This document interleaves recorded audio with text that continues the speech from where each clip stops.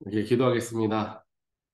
사랑과 능력의 하나님 감사합니다. 오늘 새벽에도 저희들 잠에서 깨워주시고 주님 앞에 나와 예배할 수 있도록 우리들을 인도하여 주신 하나님의 은혜에 감사합니다. 무엇보다 오늘도 우리에게 새로운 하루를 허락하시고 호흡을 허락하시어서 오늘도 하나님의 뜻을 이루어가며 살아가는 귀한 하루를 허락하여 주신 하나님의 은혜에 또한 감사합니다.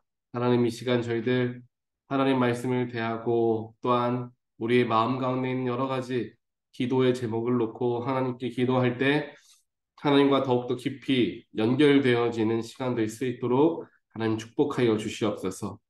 주님을 더욱더 의지하게 하시고 주님을 더욱더 바라보게 하시며 주님을 더욱더 붙들게 하여 주시어서 하나님은 멀리 계신 하나님이 아니라 나와 늘 동행하시는 하나님, 나의 마음속에 계시는 하나님임을 경험하는 또한 늘 믿고 신뢰하는 우리들의 믿음 또한 우리들의 삶이 되어질 수 있도록 하나님 역사하여 주시옵소서.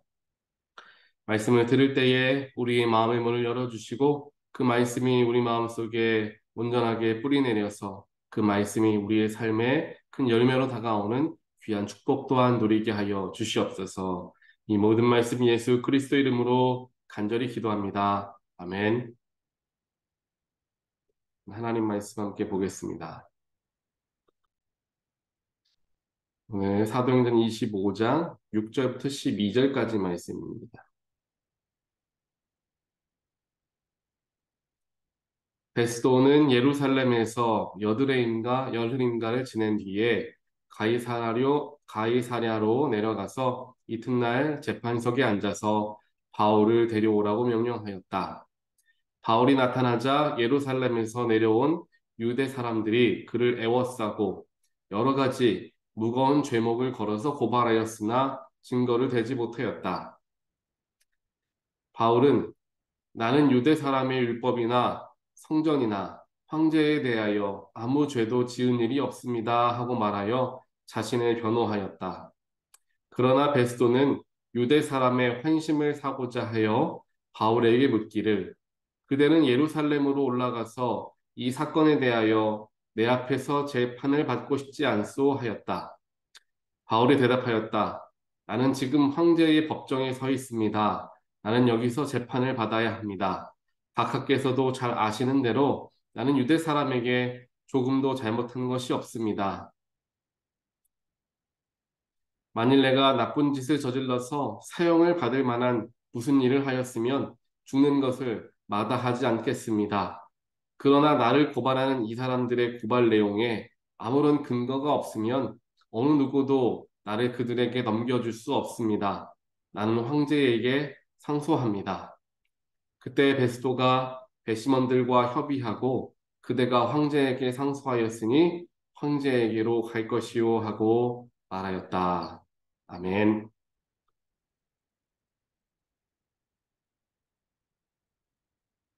오늘 사도행전 25장 말씀에서 이제 우리가 지난 토요일에도 쭉 봤고 어제 말씀에서도 기록되어 있는 부분이기도 한데요. 이제 바울이 예수 그리스도의 복음에 대하여서 전하다가 어, 사내들인 공의회까지 끌려가게 되죠. 그 자리에서도 담대하게 예수의 복음을 전합니다. 유대 지도자들, 대제사장마저도 이 바울을 가만히 두면 안 되겠다라는 생각을 하게 되죠. 그와 동시에 바울을 죽이기 전까지는 먹지도 마시지도 않겠다라고 작정한 40명의 장정들이 생길 정도로 사도 바울은 목숨이 위태한 지경에 이르게 되었습니다. 그가 목숨의 위험을 느끼게 되었던 가장 큰 원인은 예수 그리스도의 복음을 가감 없이 전했기 때문입니다. 누군가에게 듣기 편하게 말씀을 전한 게 아닙니다.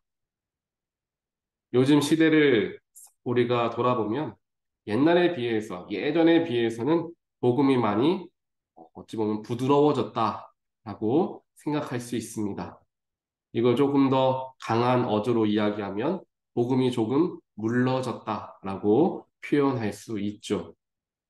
아무래도 현대에 살아가는 사람들은 조금 더 자신들을 인정해주고 내가 살아가고 있는 배경들과 모든 것들을 이제 높여주는 것을 좋아하는 그런 마음들이 있기 때문에 복음을 전할 때나 복음을 이야기할 때에도 그 사람의 마음과 감정을 충분히 헤아리며 그 사람이 마음 상하지 않게끔 복음을 전하려 많은 노력을 기울입니다. 물론 이것은 우리가 해야 할, 또한 신경 써야 할 부분이기도 할 것입니다.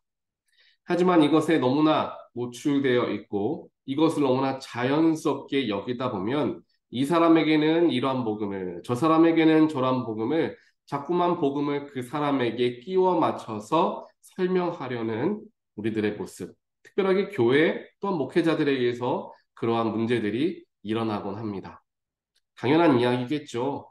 일주일에 한 번 교회에 나와서 예배하는데 모인 성도님들이 자신이 가지고 있는 믿음과 또한 신앙의 자세에 대해서 목회자가 그 얘기를 거기에 대해서 조금 더 열심히 뭐 해야 합니다. 여러분들 지금 문제가 있는 것을 알아야 합니다. 라는 이야기들만 한다면 얼마나 마음이 불편하게 하고 돌아가겠습니까? 목회자도 당연히 교인들이 듣기 좋아하는 말로 그들의 마음을 흡족하게 하는 말로 참 은혜스러운 말로 주일에 말씀을 전하려고 하는 경우들이 많다라는 거죠.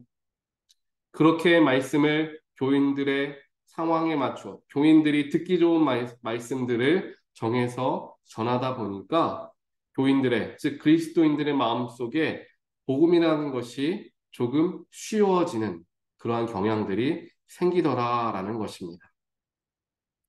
사도 바울은 말씀에서 보면 사도 바울뿐만 아니죠. 수많은 예수 그리스도의 제자들 결코 그들은 타협함이 없었습니다. 자신의 목숨이 지금 사람들이 나를 그냥 싫어하는 것 정도가 아니라 나를 죽이고 싶을 정도로 미운 거예요. 그런데 만약에 사도 바울이 복음이라는 것을 조금 더 듣기 편하게 이야기할 수 없었겠습니까? 사도 바울이 당연히 유대인들의 마음을 사로잡아가면서 그들이 좋아하는 말로, 왜냐하면 사도 바울은 유대인으로서 율법에 대해 굉장히 잘하는 사람이지 않았습니까? 얼마든지 그들의 입맛에 맞추어서 정말 듣기 좋은 말로 복음을 전했을 수도 있습니다. 하지만 사도 바울은 결코 그렇게 하지 않았다라는 거죠. 그렇게 하다가는 복음이 망가질 것을 알고 있었기 때문에 사도 바울은 그 복음이라는 것이 깨어지지 않도록 끝까지 온전한 복음을 전하게 되었던 것입니다. 그것이 우리가 지난주에도 보았고 계속해서 보았던 갈라디아 서에서도 그 이야기가 나오지 않습니까? 갈라디아 교회가 처음 받았던 복음의 그 뿌리가 흔들리기 시작하니까 사도 바울이 깜짝 놀라서 그들에게 편지를 쓰고 여러분들 그러면 안 됩니다. 당신들이 받은 복음은 그러한 정말 이때 저때 타협할 수 있는 복음이 아니라 여러분들은 십자가를 눈으로 본 예수 그리스도의 사람들입니다. 라고 사도 바울이 강력하게 외치지 않습니까? 그들을 질책하는 이야기도 나오지 않습니까? 여러분들은 영으로 시작해서 육으로 끝내려고 하십니까? 라고 이야기하며 갈라디아 교인들에게 진짜 복음을 붙들어야 함을 강조하여 이야기합니다. 사도 바울은 그런 사람이었어요. 갈라디아 교인들에게 좋게 좋게 타일일 수도 있고 여러분들 잘하고 계시고 많은 장점들이 있으신데 이것 하나만 조금 좀 조심하면 좋겠습니다. 뭐 여러 가지 그렇게 좋은 이야기들 다 한 후에 조금 부족한 이야기들 할 수도 있었을 겁니다. 하지만 갈라디아서 1장 시작하자마자 사도 바울은 강력한 어조로 복음을 흔들면 안 됩니다라고 분명하게 이야기하죠. 사도 바울이 그런 사람이었죠. 타협하지 않는 사람. 그렇기 때문에 사도 바울은 오늘 이 순간, 이 어려움에 처해 있는 그 순간에도 내 목숨을 부지하기 위해 머리를 쓴 사람이 아니라 어떻게 하면 예수의 복음을 더 많이, 더 열심히, 더 많은 사람들에게 전할 수 있을까? 사도 바울 굉장히 똑똑한 사람이었습니다. 이러한 상황을, 흘러가는 상황을 보니까 내가 이 상황 속에서 잘 내 마음만 지키고 예수 그리스도의 복음을 붙들고 가면 정말 더 높은 사람들에게, 즉 유대라는 나라의 지도자들, 더 나아가 로마의 지도자들에게까지 가서 말씀을 전할 기회가 생기겠구나 라는 마음이 들었다는 거예요. 라는 생각이 들었다는 상황을 보니까 그렇게 될 수 있겠구나라는 생각이 드는 거예요. 그래서 사도 바울은 자신의 목숨을 부지하기 위해서 노력했던 것이 아니라 그건 뒤로 해놓고 어떻게 하면 더 높은 사람에게, 어떻게 하면 더 많은 영향력을 가진 사람들에게 복음을 전할 수 있을까가 머릿속에 가득 차 있었습니다. 그래서 오늘 말씀에서 베스도, 총독이죠. 베스도가 이제 바울을 신문합니다. 신문하는데 많은 유대인들이 함께 몰려와서 바울의 죄에 대해서 이것저것 이야기하죠. 그 이야기를 다 듣고 베스도는 바울의 이야기를 듣습니다. 근데 바울의 이야기를 듣다 보니까 바울이 잘못한 것은 없어 보여요. 그런데 오늘 함께 봤던 9절에서 이야기하죠. 베스도는 유대 사람의 환심을 사고자 했다. 이거는 마치 누구를 떠올리게 됩니까? 바로 예수님의 때를 우리가 빌라도가 유대인들의 마음을 얻기 위해서 예수님이 십자가에 못 박았던 그때와 겹치는 것을 보게 됩니다. 그 당시의 총독들은 유대인들의 관심을 얻어서 유대라는 곳을 잘 통치한다라는 그런 업적을 남기고 싶었던 사람들이었습니다. 베스도도 예외가 아니었죠. 그래서 베스도는 바울을 유혹합니다. 예루살렘에 올라가서 나와 함께 얘기합시다. 내가 잘 처리해 주겠소. 라고 이야기하는 겁니다.